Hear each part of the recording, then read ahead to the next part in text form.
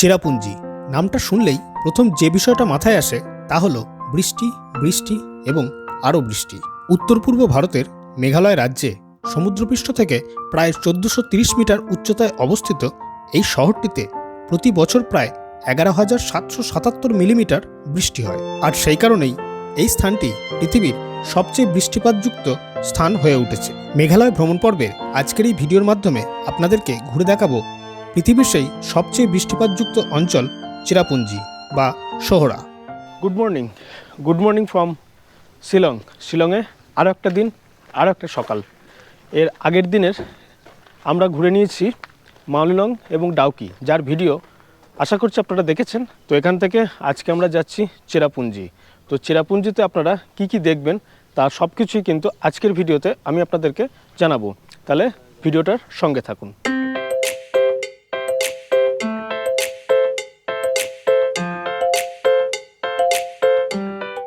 মোটামুটি 22 কিলোমিটার আমরা আসলাম। 22 কিলোমিটার এসে সেই যে মোড়টা, যেটা আগের ভিডিওতেও দেখিয়েছি, যেটা একদিকটা চলে যাচ্ছে ডাউকি মাউলিলংয়ের দিকে আর ডান দিকটা চলে যাচ্ছে চেরাপুঞ্জির দিকে। আজকে আমরা কিন্তু সেই ডান দিকের রাস্তাটা নিয়ে চেরাপুঞ্জির রাস্তায় ঢুকে গেছি। আর ধরুন সকাল থেকে এখনও পর্যন্ত ব্রেকফাস্ট করা হয়নি, তো আগে গিয়ে কোথাও দাঁড়িয়ে ব্রেকফাস্টটা করতে হবে।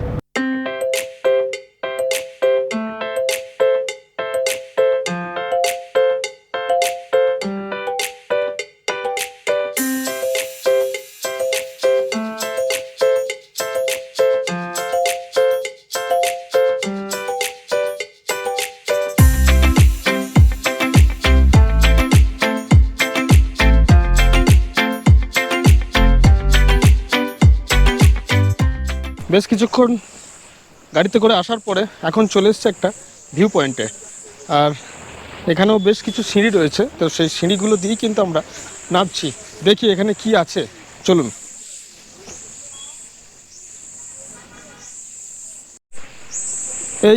এইখানটা হচ্ছে একটা ভিউ পয়েন্ট।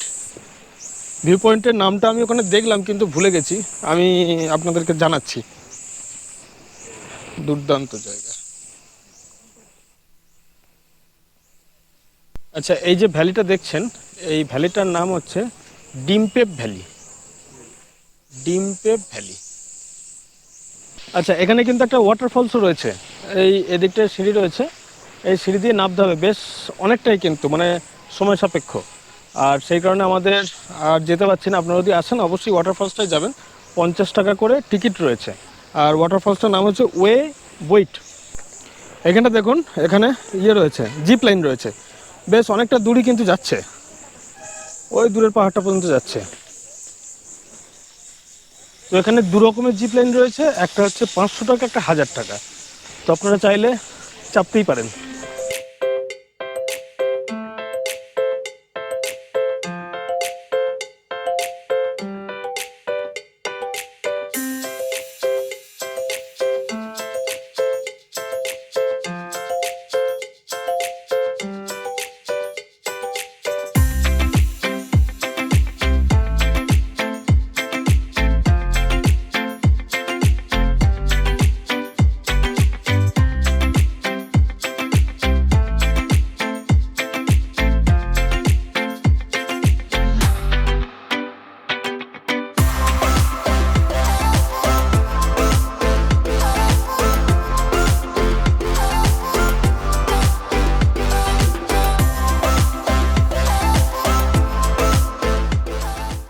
ওই যে ওপরে যেটা দেখতে পাচ্ছেন, ওটাই হচ্ছে রামকৃষ্ণ মিশন চেরাপুঞ্জি।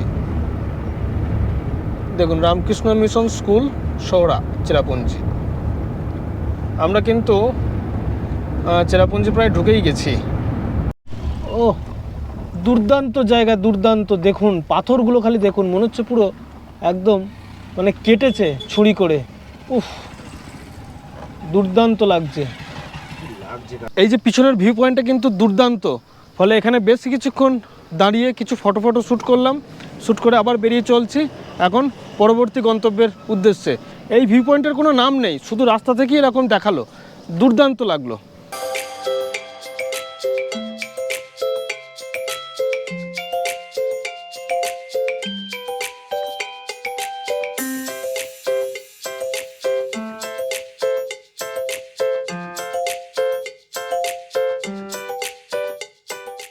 আমরা এখন ঢুকছি ইকো পার্কে।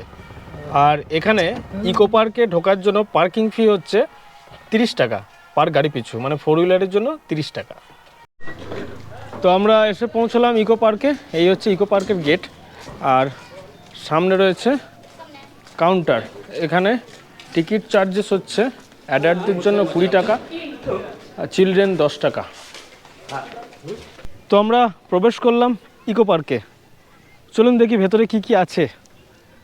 ও, সামনে দেখছি একটা গেস্ট হাউস রয়েছে, ইকো পার্ক গেস্ট হাউস। এই যে এইটা, ফলে এখানে আপনি থাকতেও পারেন। বাহ।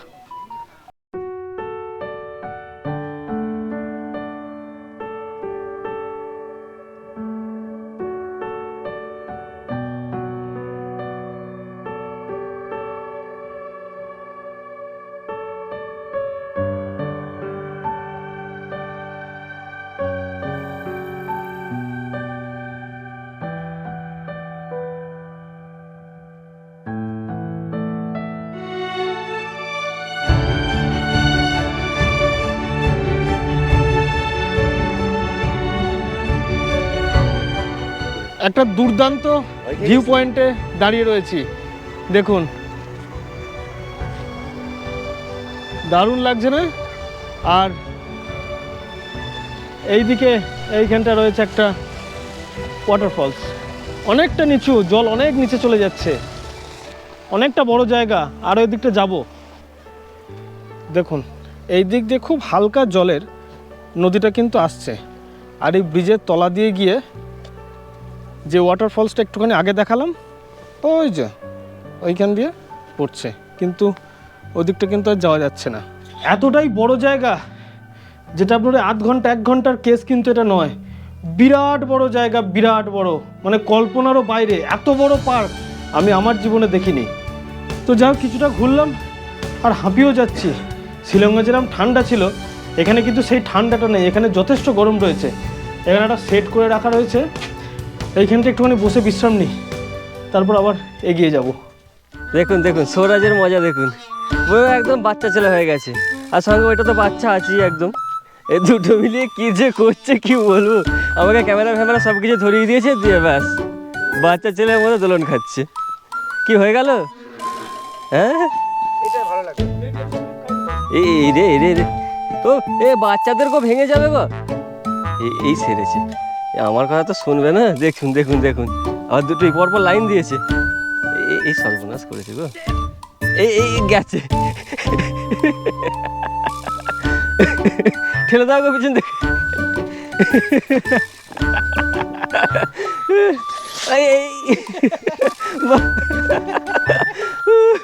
ইকো পার্কে বেশ কিছুক্ষণ মজা করে আমরা এগিয়ে চললাম পরবর্তী গন্তব্য মসমাই কেভ দেখতে। আচ্ছা, ইকো পার্ক দেখে আমরা চলে এসেছি মসমাই কেভ। আর এখন রয়েছি মসমাই কেভের ঠিক এন্ট্রি পয়েন্টে। এই দেখুন, এটা হচ্ছে এন্ট্রি পয়েন্ট। এখানে পার্কিংয়ের জন্য 30 টাকা দিতে হবে। মসমাই কেভ,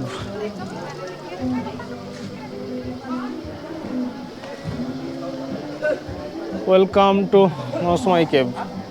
চলুন, এই হচ্ছে এন্ট্রান্স। ওরে বাবা, লাইন পড়েছে। আচ্ছা, এই হচ্ছে কাউন্টার। এখানে রয়েছে আপনার এন্ট্রান্স ফি, চিলড্রেনদের জন্য 10 টাকা, অ্যাডাল্ট হচ্ছে 30 টাকা। আর যদি মুভি শুটিং করতে চান তাহলে হচ্ছে 1000 টাকা। চলুন, টিকিট কাটা হয়ে গেছে, এবার আমরা এগোচ্ছি। জবে থেকে আমি ওই valley of flowers trek complete করে এসেছি, তারপর থেকে যেখানেই যাচ্ছি সেই ট্রেক। মেঘালয় এসেছি, এখানেও ট্রেক। দেখুন এইভাবে যেতে হচ্ছে মসমাই কেভ। এই যে মসমাই কেভ, চলুন ভেতরে যাওয়া যাক।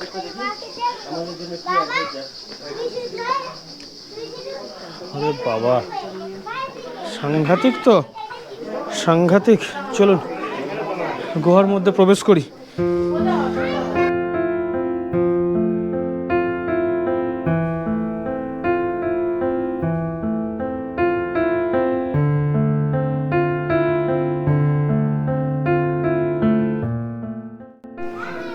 ভেতরটা কিন্তু বেশ অন্ধকার রয়েছে।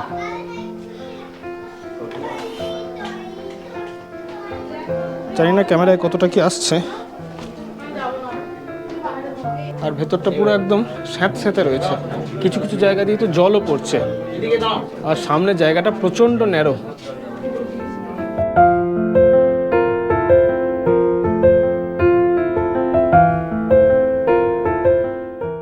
গুয়াহাটির ভেতরে এমন কিছু জায়গা রয়েছে সেখানে এক প্রকার হামাগুড়ি দিয়েই পেরোতে হবে।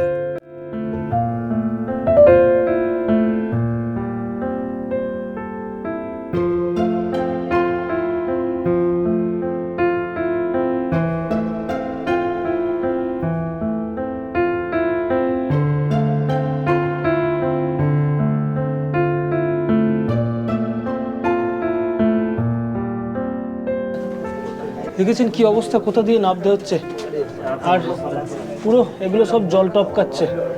গুহার ভেতরে কীরকম, গুহার গাগুলো কিভাবে রূপায়িত হয়েছে, পাথরের গাগুলো,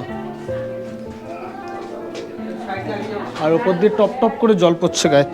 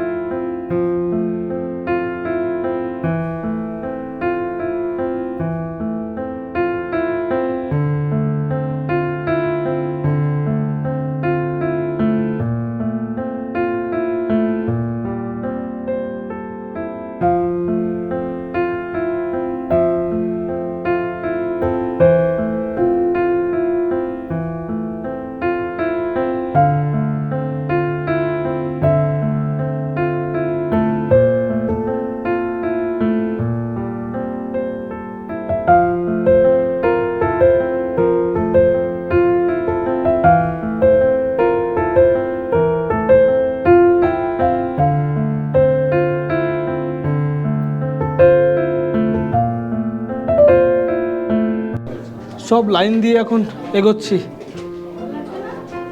ক্যামেরায় ঠিকঠাক আসছে না বুঝতে পারছি, দেখছি কতটা কি দেখাতে পারি আপনাদেরকে। তলায় খাল রয়েছে আর দেখুন টপ টপ করে জল পড়ছে, প্রচুর ভিড়। সামনে আবার নিচু হয়ে বেরোতে হবে, আবার খুব সংকীর্ণ জায়গা রয়েছে। দেখুন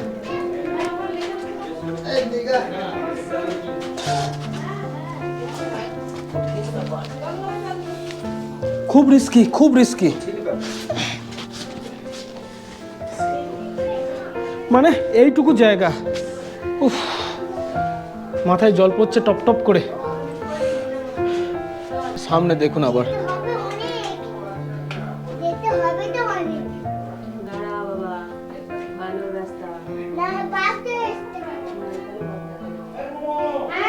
এখান দিয়ে তো যেতেই পারছে না।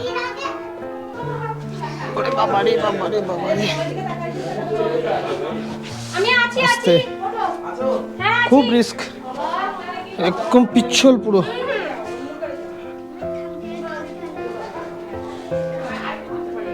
এসে গেছি, চলুন।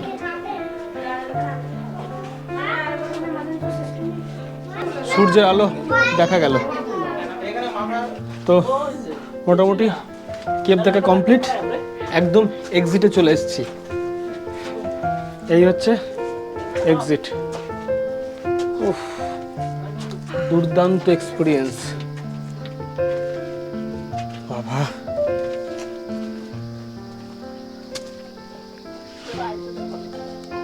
বেরিয়ে এসে মনে হচ্ছে যেন এক অন্য জগতে ছিলাম, বাপরে।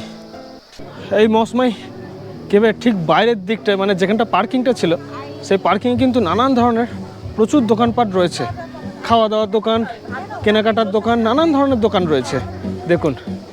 আর এখানে একটা কনসার্টও চলছে।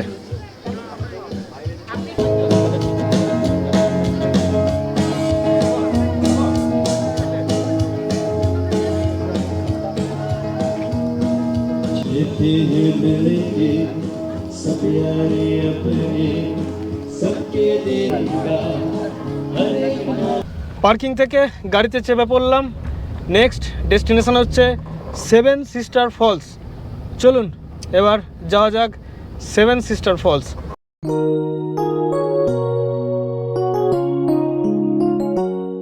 তো এসে গেলাম সেভেন সিস্টার্স ফলে। তো এখানে কতটা কি দেখাতে পারবো বুঝতে পারছি না, কারণ মেঘালয় এতদিন ধরে ঘুরছি যে মেঘের রাজ্য, এখানেই বোঝা যাচ্ছে যে হ্যাঁ মেঘের রাজ্য, পুরো চারিদিকটা মেঘে ঢেকে গেছে। চলুন দেখি কতটা কি দেখাতে পারি। আমি বুঝতে পারছি ফলসগুলোকে, কিন্তু কতটা ক্যামেরায় আসবে সেটা কিন্তু বুঝতে পারছি না। আর পুরোটাই তো মেঘে আচ্ছন্ন হয়ে রয়েছে। চলুন দেখাই।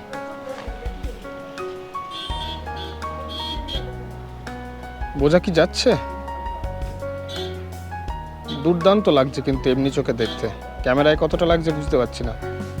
এইখানে রয়েছে বেশ অনেক কয়েকটা ফলস পুরো এই জায়গাটায়।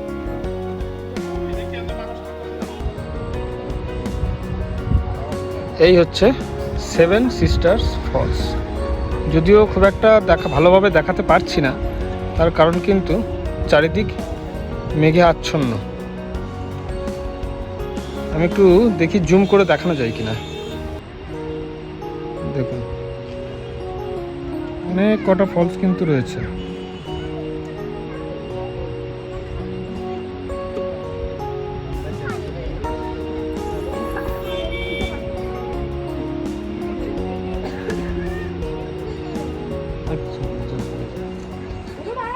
সেভেন সিস্টার ফলস দেখে আমরা আবার চেপে পড়লাম গাড়িতে, আর এখান থেকে চলে যাচ্ছি আমাদের নেক্সট ডেস্টিনেশনে।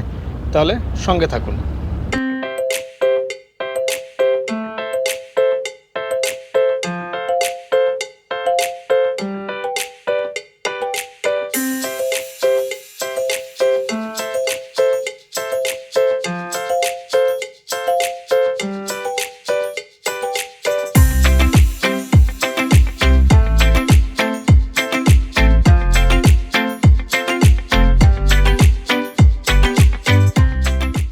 তো আমাদের নেক্সট ডেস্টিনেশন নওকালিকাই ফলস।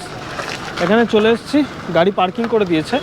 আর এখানে কিন্তু গাড়ি পার্কিংয়ের জন্য কোনো চার্জ নিচ্ছে না, আর এমনি পার হেড টিকিট নিচ্ছে হচ্ছে গিয়ে আপনার 50 টাকা। চলুন দেখা যাক কি আছে নওকালিকাই ফলস। দেখুন চারিদিক একদম মেঘে ঢেকে গেছে, আর তার মধ্যে নওকালিকাই ফলস। ওয়েদারটা একটু ক্লিয়ার থাকলে হয়তো আরও ভালোভাবে দেখা যেত, কিন্তু এখন কিছুই দেখা যাচ্ছে না, মানে হালকা হালকা দেখা যাচ্ছে আর কি। আর চারিদিকে অবস্থাটা হচ্ছে ঠিক এরকম।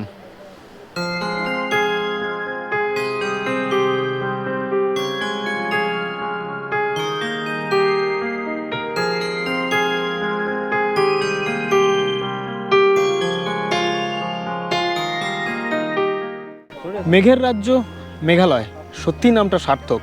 আর এখানে এসে তো প্রকৃতই বুঝতে পারলাম যে কেন এই রাজ্যটার নাম মেঘালয়। পুরো মেঘের একটা চাদরে পুরো ভর্তি এই জায়গাটা, আর তার মধ্যে অসাধারণ ওই ওয়াটারফলসটা। আপনি যদি জুন মাস থেকে আগস্ট মাসের মধ্যে মেঘালয় ভ্রমণ করেন, তাহলে সেটাই হচ্ছে আদর্শ সময় এই ওয়াটারফলসগুলো দেখার জন্য।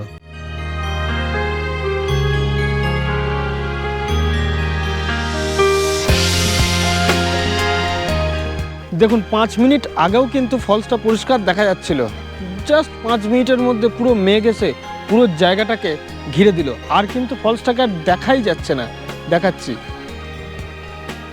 দেখুন পুরো সাদা হয়ে গেল একেবারে।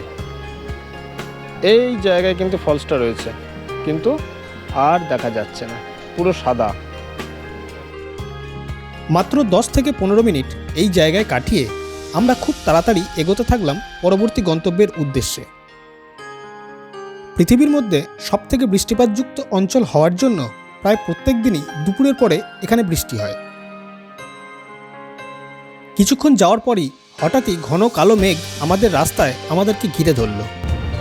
দেখুন মেঘালয়ের রাস্তা কি অবস্থা, পুরো মেঘে ঢেকে গেছে, একেবারে মেঘে ঢেকে গেছে, ভিজিবিলিটি পুরোই কমে গেছে। মেঘ আমাদের ঘিরে ধরেছে একেবারে। সত্যি মেঘালয় নামটা সার্থক। উফ কি সুন্দর দৃশ্য। এ ভাষায় প্রকাশ করার মতো নয়। যত আমরা এগিয়ে যাচ্ছি তত আমরা যেন মেঘের জালে জড়িয়ে পড়ছি।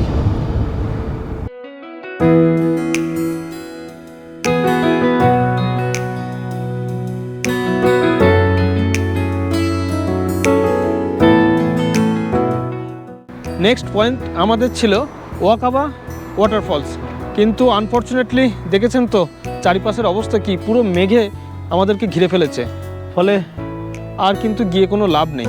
তবে আপনারা আসলে অবশ্যই সকালের দিকে এটা কভার করে ফেলবেন। আর এখানকার ঢোকার টিকিট হচ্ছে 20 টাকা। হয়তো অবশ্যই যেতাম, অবশ্যই আপনাদেরকে দেখাতাম, কিন্তু যা অবস্থা, যে কাউন্টারে যিনি ছিলেন তিনিই বারণ করলেন যে ফালতু গিয়ে কোনো লাভ নেই, কারণ পুরোটাই কিন্তু মেঘে ঢাকা পড়ে গেছে।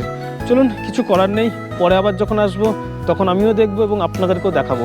চলুন তাহলে আবার দেখি নেক্সট ডেস্টিনেশন কি রয়েছে। মেঘ এবং বৃষ্টির মধ্যে এই ওয়াটারফলসটা না দেখতে পারায় বিষণ্ণ চিত্তে ফেরার পথেই ঘটল একটি মজার ঘটনা।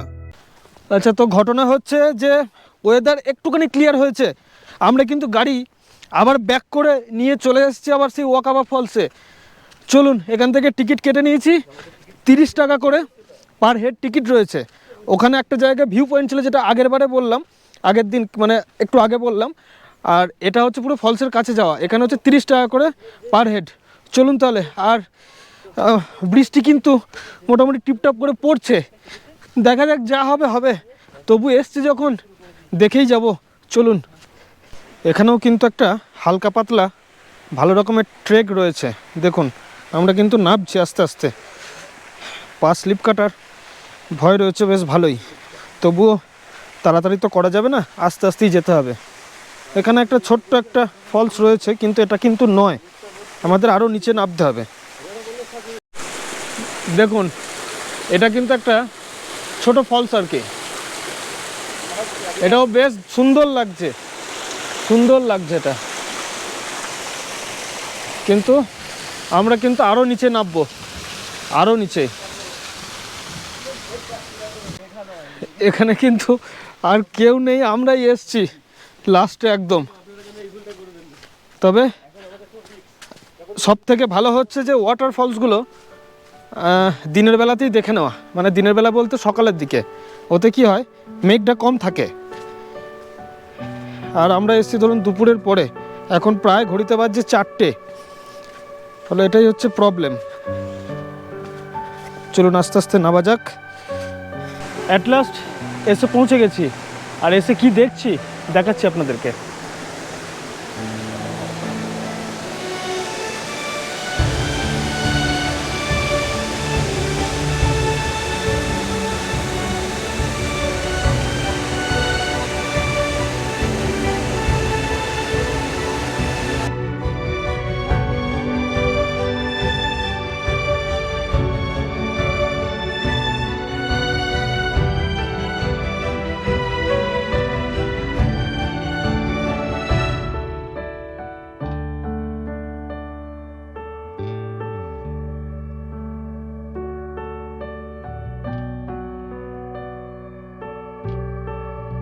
প্রবলেম যেটা হয়ে গেছে, যেটার ভয় কাটছিলাম সেটাই হয়েছে। বৃষ্টি কিন্তু স্টার্ট হয়ে গেছে, কিছু করার নেই।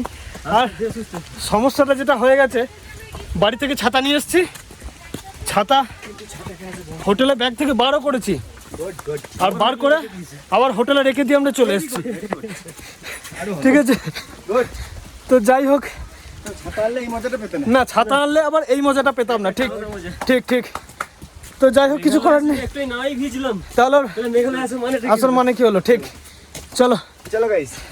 তারপর বৃষ্টিতে ভিজে সেদিন আমরা শিলংয়ের হোটেলের উদ্দেশ্যে রওনা হয়েছিলাম। মাঝপথে স্থানীয় কিছু মানুষের দোকান থেকে ভুট্টা খাওয়ার সুবাদে তাদের সাথে বাক্যালাপ করে তাদের অসাধারণ আতিথেয়তা এবং সরল মানসিকতার পরিচয় পেয়েছিলাম।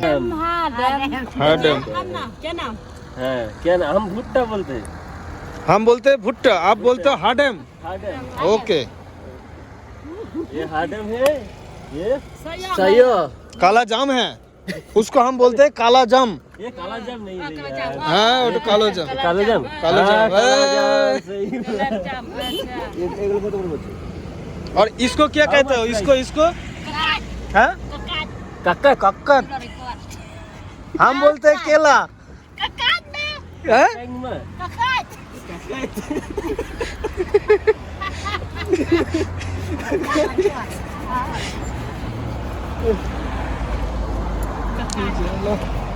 कक्कत Kakat banana.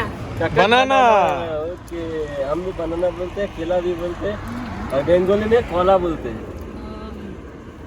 তাদের সাথে কাটানো মজার কিছু স্মৃতি নিয়ে আমরা বেরোলাম হোটেলের উদ্দেশ্যে। বেশ সন্ধ্যা হয়ে যাওয়ায় আমরা আবারও সেই আগের দিনের মতো জ্যামে আটকে পড়েছিলাম। রাত 10টা নাগাদ ফিরেছিলাম হোটেলে। আর এইভাবেই শেষ হলো আমাদের আজকের ভ্রমণের গল্প।